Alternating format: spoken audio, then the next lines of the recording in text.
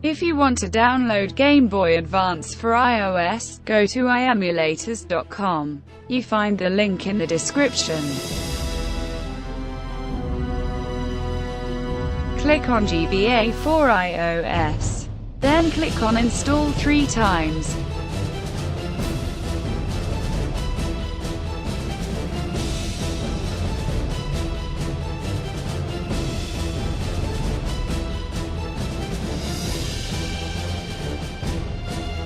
Now the app is installing. When it is finished, go to Settings,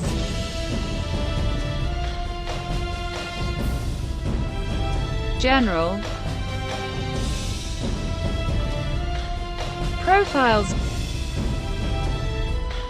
and click on Trust.